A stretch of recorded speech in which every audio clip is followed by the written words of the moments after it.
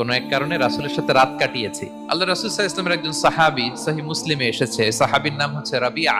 উনি বলেন, কুনতু আবিতু ইনদা রাসূলিল্লাহ, একবার আমি রাত্রিবেলা রাসূল সাল্লাল্লাহু আলাইহি ওয়াসাল্লামের সাথে ছিলাম। তো রাসূল সাল্লাল্লাহু আলাইহি ওয়াসাল্লাম যেহেতু তাহাজ্জুদের সালাত পড়েন, তো তিনি বলেন, আমি মাঝরাতে উঠে একটা গামলা দিয়ে অজুর পানি নিয়ে আসছি বিশ্বনবীর জন্য, এনে দিলাম। বিশ্বনবী এত খুশি হলেন, আমাকে বললেন, সাল, হে কাব, তোমার কি লাগবে চাও। উনি বললেন, আসআলুকা মুরাফাকাতাকা ফিল জান্নাহ। উনি বললেন, ইয়া রাসূলুল্লাহ, আপনি যদি কিছু চাইতেই বলেন তাহলে আমি জান্নাতে আপনার সাথে থাকতে চাই। দেখেন কিভাবে ওনারা সুযোগ কাজে লাগাতেন। বিষ্ণু বললেন, আওয়া গায়রা যালিক, আর কিছু চাও, অন্য কিছু লাগবে? বলতেছে না, উরিদু যাক, শুধু এইটাই চাই। তখন বিষ্ণু সাল্লাল্লাহু আলাইহি ওয়াসাল্লাম বললেন, আইন্নি আলা নাফসিকা বিকাসরাতি সুজুদ, এই মর্তবা যদি তুমি চাও তাহলে বেশি বেশি সেজদায় লুটিয়ে থাকো।